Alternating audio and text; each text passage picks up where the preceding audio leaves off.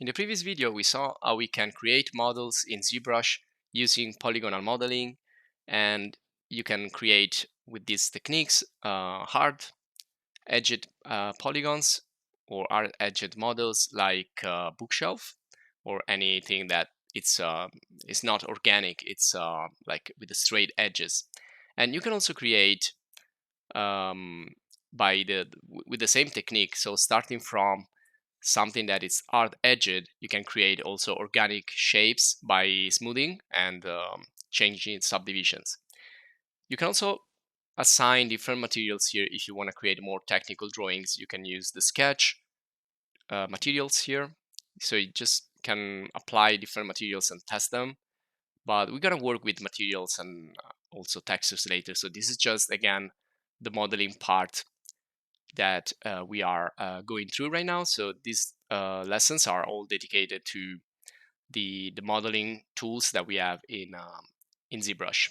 So if you want to get more organic shapes, we created here like a human shape or kind of a toy shape, and you can do that more or less smoothed. Yeah, so you can smooth more or less. You can create more curviness or less curviness depending on what you want to create. So you can go from hard polymodeling to soft polymodeling, also to create furnishing pieces of furniture like armchairs or pillows, things that are soft and not squared or hard edged. So you can create really a lot of tools, a lot of models, meshes that are called tools in ZBRUSH by using these polygonal modeling techniques. And now in this video, we're gonna concentrate more on a character shape. So we're gonna talk about character design. And again, we are still in the first stages, in the first phases of our workflow, of our process. Later on, we will also sculpt using the sculpting tools. So we will create more details. So right now we are just trying to create concept designs and not going into the details. So we're gonna still see other tools that will help us to create concept design, rough shape, the rough model that we're gonna work on using the sculpting. In this video, we're gonna see other tools like the mannequin and the Zpheres. Now, if you go in the project tab here in the lightbox, you can open up different characters and also animals. So we can create character design, animals, and other organic shapes using this tool. But you can use the mannequin scenes here or projects that are already set up if you want to like try to experiment with these that are already set up for you. So you can see that with mannequins, you can also create like scenes. So if you want to illustrate a concept that you have in mind for like a scene, you can do it with mannequins. And then later on, as we said, you can add details, you can create a mesh, or actually it's called a skin out of a skeleton or a mannequin. So let me show you here. Well, these are the scenes. You can just go there and check it out. You have animals and people and different types of, you also have a hand. So you can also study with these and try to understand how you can create your own character.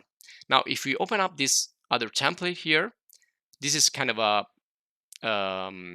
like a kid or like a small character, but we can adjust it. You can see that if you roll over, you're gonna see the red spheres there. Those are Z spheres or Z spheres, and that is the tool that we're gonna use to create our custom character. But before we do that, we can just go here with these mannequins and just experiment.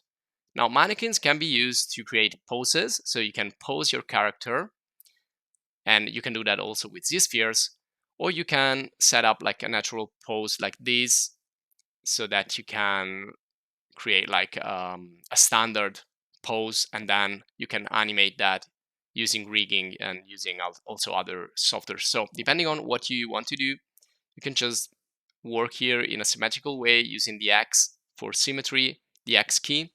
And so you can see I'm just clicking and dragging these spheres, and I'm starting to model this draft and concept part of the character design. So you can see there, you can click and drag, and right now I am in the move tool, by the way, so you can move, rotate, and scale all the different parts. So we are right now in the transpose brush, and we can just move the different parts of this kind of a skeleton mannequin around. So you can scale if you want make things bigger or smaller. You can move them around. You can also rotate parts. Now, usually when you use rotate, you work with the bones and not with the spheres. So just try to experiment with these three possibilities. So again, you can work with the spheres that represent the nodes, and you can work with the central bones. So between two spheres, you will always have a bone, and so you are kind of working with a bone system here.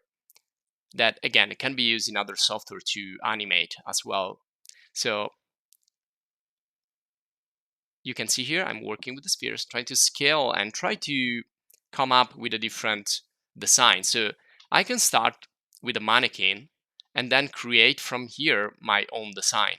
So if I start to move and scale, rotate the parts, I can customize this character little by little. So usually it's better to use in front view or side view, so work with the little head on the top right to change, but we already talked about how we can work with views. And here I'm gonna just switch in a side view. I want to create like a more, I don't know, like an alien character or like monster or something. So not just the standard human figure. I want to create something more different. So you can see I'm moving bones around, try to figure out how I can adjust this mannequin. And you can see that everything is kind of connected. So if you move one sphere, it's going to affect different bones.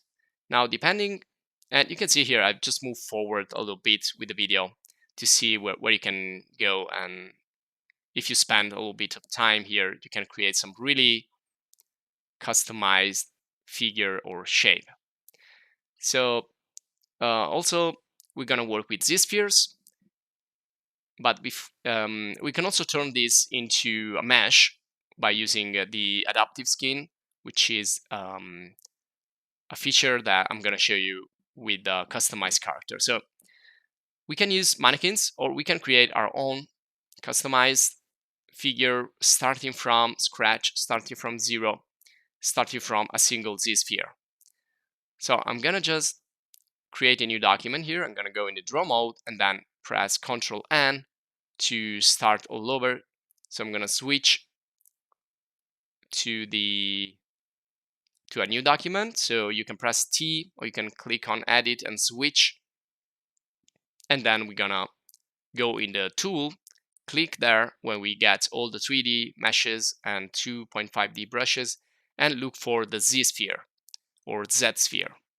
So click and drag, and that's gonna be just the beginning. So this is gonna be the, let's say, the center of your design. And now if you click and drag, remember that you are in 2.5D mode. So you can use this also in 2.5D, but we're gonna switch into edit mode. So I'm gonna create the first Z-sphere and then switch again to the edit mode, or press T of the keyboard. And now you're gonna see it's gonna look pretty different. So when you create a sphere, it's actually also creating a connection. So it's creating a bone. So if you click and drag the bone, you can just create the sphere, and then you can move it with the move tool. So first of all, click and drag on the surface. You can also press the X if you want to work with symmetry. So if you need to create arms or legs, you probably want to use symmetry. So you click on draw to draw other Z-spheres, click and drag to create the sphere, click and drag the sphere to position that in another part of your space.